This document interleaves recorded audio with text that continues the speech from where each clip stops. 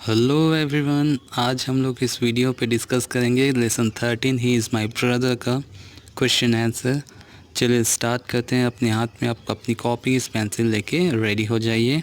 तो हमने कौन कौन से न्यू वर्ड्स सीखे हैं, जैसे अंडरस्टैंड। अंडरस्टैंड मीन्स समझना। क्लाइंब, क्लाइंब मीन्स चढ़ना, जैसे बंदर चढ़ता है कोई आदमी किसी हिली एरिया पे चढ़ता है, वैसा चढ़ना। ठीक है। नेक्स्ट होली, होली मतलब होता है पवित्र। ओके, पवित्र। एंड ड्यू, ड्यू मतलब ओस, जो सुबह घास पे ठंड के दिनों पे छोटी छोटी बूंदें दिखाई देती हैं पत्तों पे, उसको बोला जाता है ओस। ठीक है, उसको इंग्लिश में बोलते हैं due. Next question and answers. So what is the question, where were the people going, जितने व्यक्ति थे वो कहाँ जा रहे थे। So answer is the people were going to up the hill toward a holy place. जितने भी व्यक्ति थे वो एक पवित्र स्थान की ओर हिल के ऊपर की साइड जा रहे थे। ठीक है। वॉट डिड द मैन से टू द मीना, उस व्यक्ति ने मीना से क्या कहा। तो उस व्यक्ति ने कहा, the man said to Meena, my child, मेरी बच्ची, why are you carrying the boy on your back, इस बच्चे को आप अपनी पीठ पे क्यों लेके जा रहे हो। Don't you feel his load, क्या आप इसका वज़न महसूस नहीं हो रहा है। ठीक है। तो ये पूछता है वो व्यक्ति उस मीना से। Why do you think Meena was carrying her brother, आपको ऐसा क्यों लगता है कि मीना अपने भाई को अपने पीठ पे बैठा के ले जा रही थी, उसका कारण क्या हो सकता है। तो उसका कारण ये हो सकता है कि Meena's brother is only 4 year old, Meena का भाई जो है सिर्फ 4 साल का था, पहली बात। And he could not walk on hilly area, और वो जो है हिली एरिया मतलब पहाड़ी रास्तों पे चलने के लिए अक्षम था।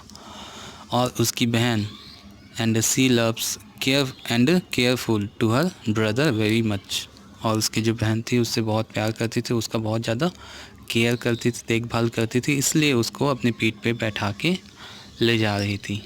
ओके। नेक्स्ट देखते हैं यहाँ पे, चूज़ द करेक्ट आंसर्स।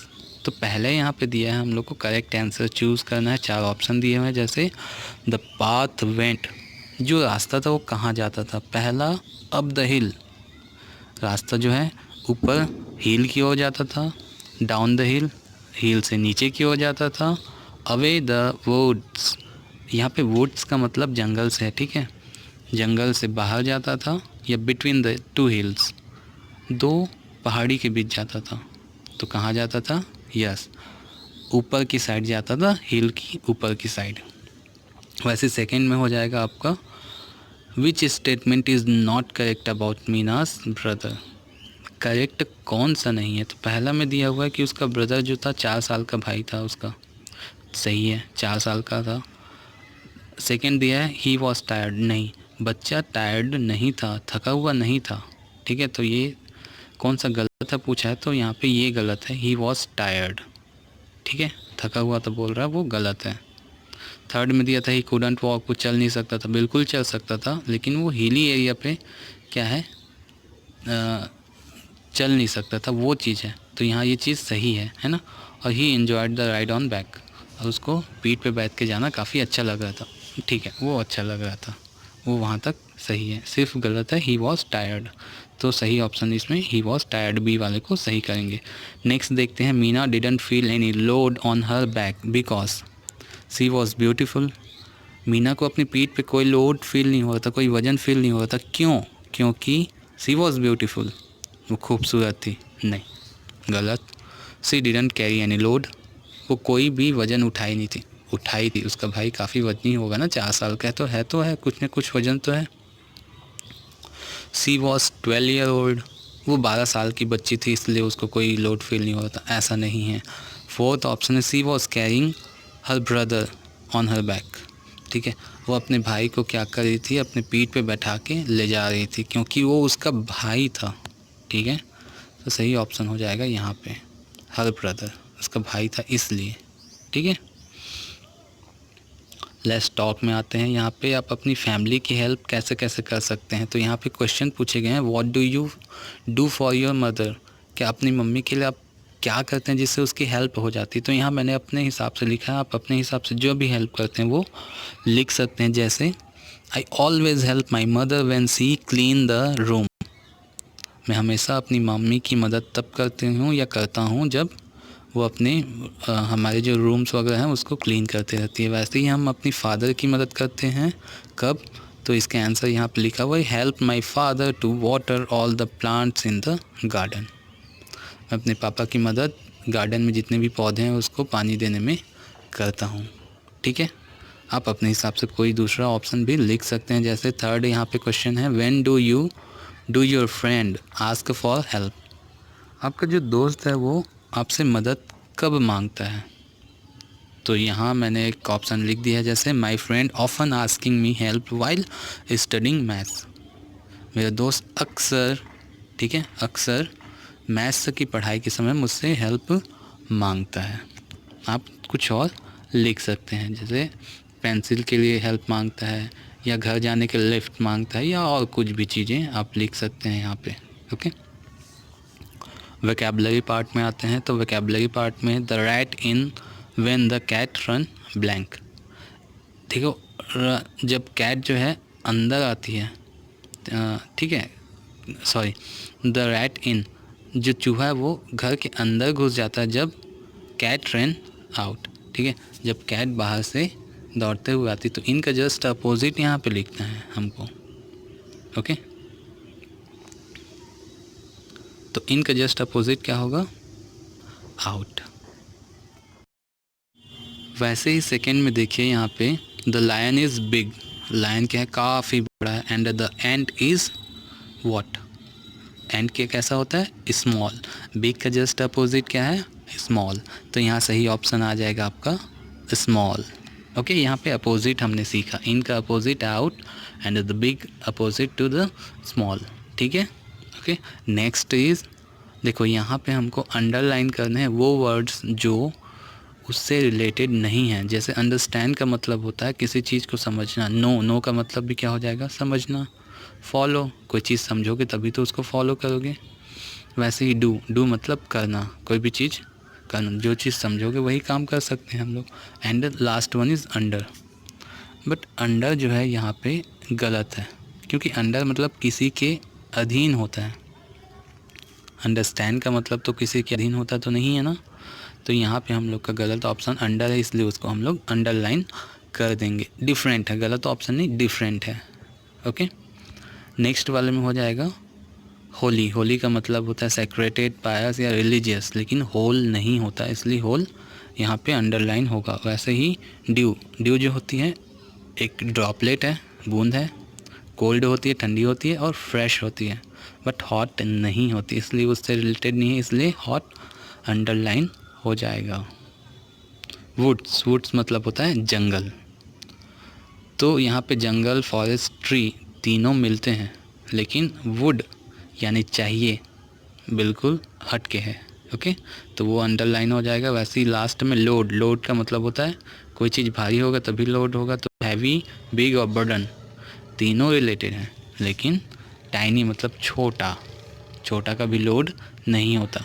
तो यहाँ पे ये टाइनी सही ऑप्शन हो जाएगा, मतलब बेमेल था वो, है ना। यहाँ देखिए BCMIMLI, कोई मीनिंग बनता है इसका? नहीं। लेकिन अगर इसको हम लोग सीक्वेंस में जमा दिए, CLIMB लिख दिया, मीनिंग बनेगा? क्या बन गया? क्लाइम मतलब चढ़ना।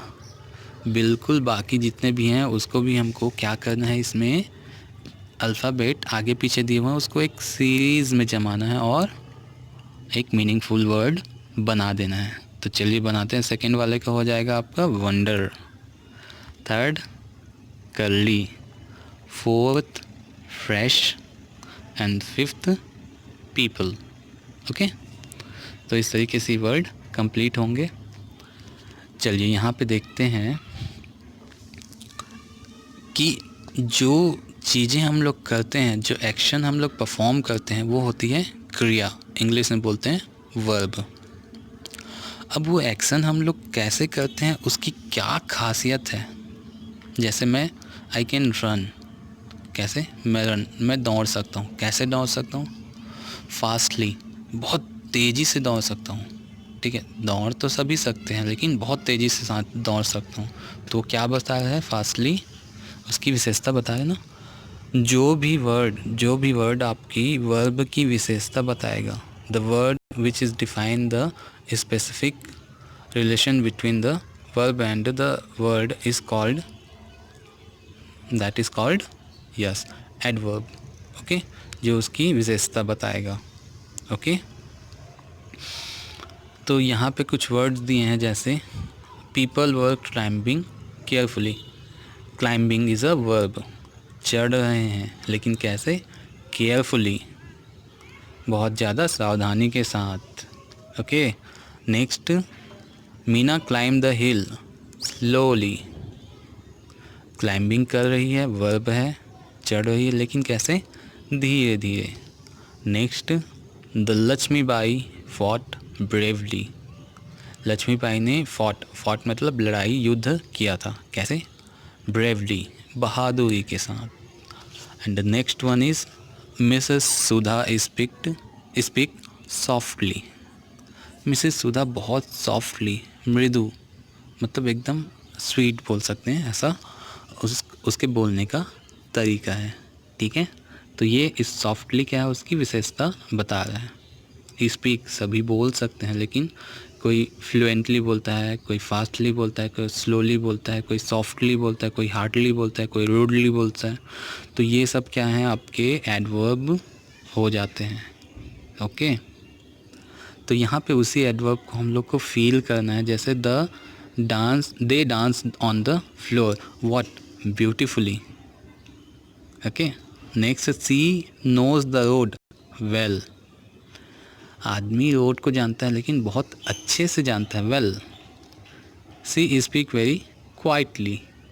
क्वाइट मतलब छोड़ देना, लेकिन क्वाइटली मतलब एकदम धीरे से बोलना। ओके, नेक्स्ट देखते हैं वहाँ पे, ये देखिए।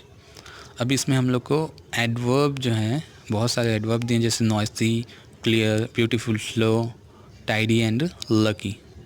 इसको हम लोग को एग्जेक्टिव में कन्वर्ट करना है, तो इसके लिए हम लोग को क्या करना होगा? कुछ फॉर्मूलेज हैं या फिर कोई तरीका है, ये समझ के चलिए। सभी पे तो काम नहीं करते, लेकिन मोस्टली ऐसे ही बनते हैं। जैसे ये देखिए, NOISY, लास्ट में क्या है? वाई। जब भी एडवर्ब जो है उसके लास्ट में, एग्जेक्टिव के लास्ट में वाई आता है, तो वाई को हटा देंगे। हटा दिया, क्या लिखेंगे वहाँ पे? आई लिख दिया, और प्लस कर देंगे LY, उसके साथ क्या जोड़ देंगे? LY। तो ये क्या बन जाएगा? NOISILY, नॉइसली। जब वाई रहेगा तभी आई वहाँ पे उसकी जगह पे आ जाएगा, अब वाई हट जाएगा। ठीक, वैसे क्लियरली में प्लस LY जोड़ दिया, क्लियरली बन गया, क्लियर के साथ में क्लियरली। ओके, ब्यूटीफुल का ब्यूटीफुली, सिर्फ LY जोड़ा है ना। स्लो में LY जोड़ दो, स्लोली।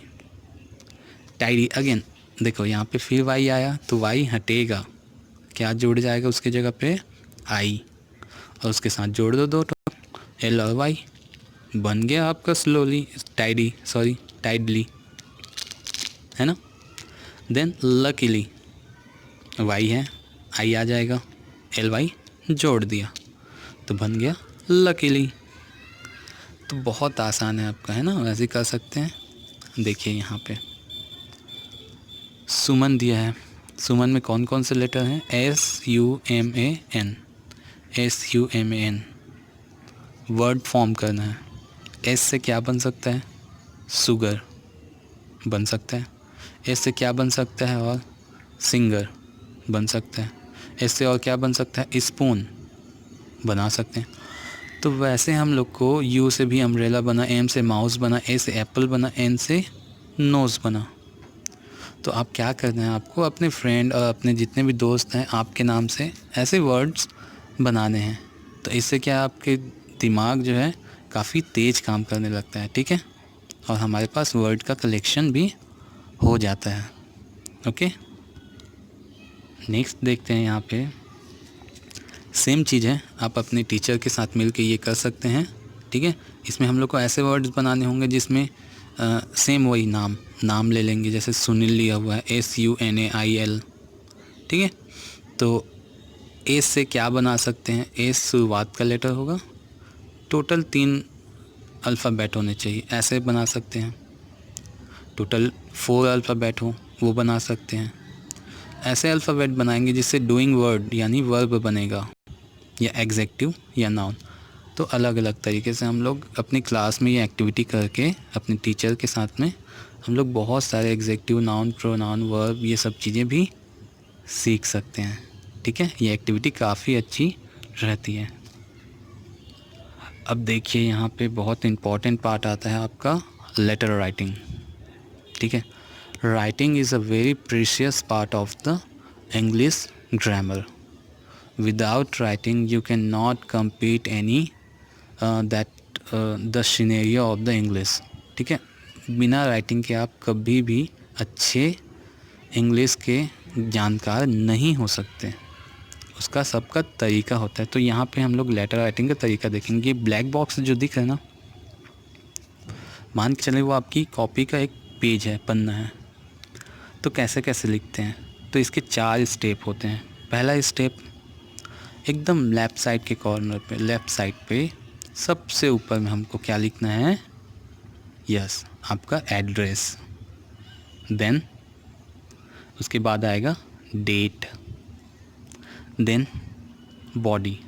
इसको बॉडी बोलते हैं। बॉडी मीन्स जो आपको सब्जेक्ट दिया हुआ है उसको पूरी तरीके से इस बॉडी पे डिफ़ाइन करना है, एक्सप्लेनेशन करना है। किसी को लेटर लिखा है तो पूरी कहानी तो वहीं पे लिखेंगे ना, वो जो कहानी होती है वो पूरी कहानी को बोला जाता है लेटर की बॉडी। एंड लास्ट, उसको लास्ट कहाँ पे करते हैं, उसको क्लोजिंग वर्ड्स के साथ में, जैसे your loving grandson, your child, your brother, ऐसा लिख के अपना नाम लिखते हैं ना, ये होता है क्लोजिंग पैराग्राफ। तो इस तरीके से लिखने से क्या होता है, हमको मार्क्स बहुत अच्छे मिलते हैं। यही लेटर राइटिंग का सही तरीका होता है। ओके, सब एक साइड से ही चालू होगा, लेफ़्ट साइड से ही। देखिए सब एक सीट पे है, यहाँ पे कोई आगे पीछे है क्या, नहीं, ठीक है। इधर भी सब एक साइड पे, एक सीट पे लिखेंगे। और यहाँ ये तो जितना दूर जाएगा वो उतना दूर तक ही रहेगा, है ना। तो इस तरीके से पूरा लेटर लिखा जाता है। चलिए, हम लोग को एक लेटर लिखने का टास्क मिला है जिसमें हमको अपने फ्रेंड या रिलेटिव को लिखना है। क्या लिखना है, telling her about the activity event in your school. आपके स्कूल में जो भी इवेंट हो रहा है उसके बारे में हमको अपने फ्रेंड को लिखना है। तो चलिए मैं यहाँ पे देखते हैं। ये देखिए आपका ये पूरा पेज ऐसा मिलेगा आपको आंसर शीट, जिसमें मार्जिन यहाँ पे ऐसे लाइन होते हैं, ओके, होते हैं ना। तो अभी देखिए ये लाइंस हैं, इसमें हम लोग को लेटर लिखना है। पहले चलो स्टार्ट करते हैं। तो सबसे पहले लिखेंगे हम लोग एड्रेस, लिख दिया, ward number 12 near railway station Bilaspur. आप अपने हिसाब से कोई भी जो आपका एड्रेस है लिख सकते हैं। नेक्स्ट डेट डाल दिया आज का। नेक्स्ट बॉडी, तो ये बॉडी बहुत इंपॉर्टेंट होती है। इस बॉडी में हम लोग को वो चीज़ ऐड करनी होती है जो लेटर के हेडिंग पे हमको लिखने को दिया गया है। तो हमको लिखना क्या है, हम लोग के स्कूल में जो एक्टिविटी हो रही है उसके बारे में अपने फ्रेंड को या अपने रिलेटिव को लिखना है। तो यहाँ पे मैंने अपने फ्रेंड को लिखा है, जैसे hello Sagarika, how are you. एक सागरिका जो है आपकी फ्रेंड है, उसको हमने लिखा आप कैसे हैं, I am fine and good, मैं काफ़ी अच्छी हूँ, ठीक है। Actually, I want to tell you that my school is organizing a singing competition next week, and you are already know how much I am passionate about singing. तो यहाँ पे वो अपने स्कूल के बारे में बता रही कि अगले हफ्ते उनके स्कूल में एक सिंगिंग कंपटीशन होने जा रहा है जिसमें वो पार्टिसिपेट करेगी। और वो ये भी बता रही है कि वो कैसे, तुमको पता होगा कि मैं कितनी ज़्यादा पैशनेट हूँ, मतलब बहुत ज़्यादा उसको उसमें रुचि है। फिर उसने लिखा I have participated in this competition, I am full of enthusiasm but patiently waiting and participating in my song. मैं काफ़ी ज़्यादा उत्साहित हूँ पर मैं बहुत धैर्यता के साथ में इसमें सॉन्ग की प्रैक्टिस कर रही हूँ।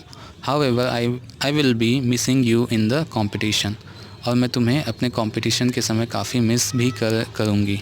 Okay, I hope you will pray for my performance, take care of your self, give my regard to uncle and aunty and reply soon. मैं आपसे आशा करती हूँ कि आप मेरी अच्छे परफॉर्मेंस की दुआ करेंगी। मेरे जो रिगार्ड्स हैं, मेरे जो जैसे प्रणाम बोलते हैं ना, वैसे ही give regard to uncle and aunty बोलते हैं ना, वैसे ही प्रणाम बोलना आंटी अंकल को और रिप्लाई ज़रूर करना। यहाँ तक ये बॉडी कंप्लीट होती है। और लास्ट में हमने देखा था क्या लिखना है, यस एंडिंग वर्ड्स जो हैं, आपके एंडिंग पैराग्राफ है, क्लोजिंग वर्ड्स हैं, उसको लिखना है। जैसे योर लविंग, आपकी फ्रेंड है तो your loving your friend, your best friend, कुछ भी लिख सकते हैं और अपना नाम वहाँ पे लिख के क्लोज़ कर देंगे।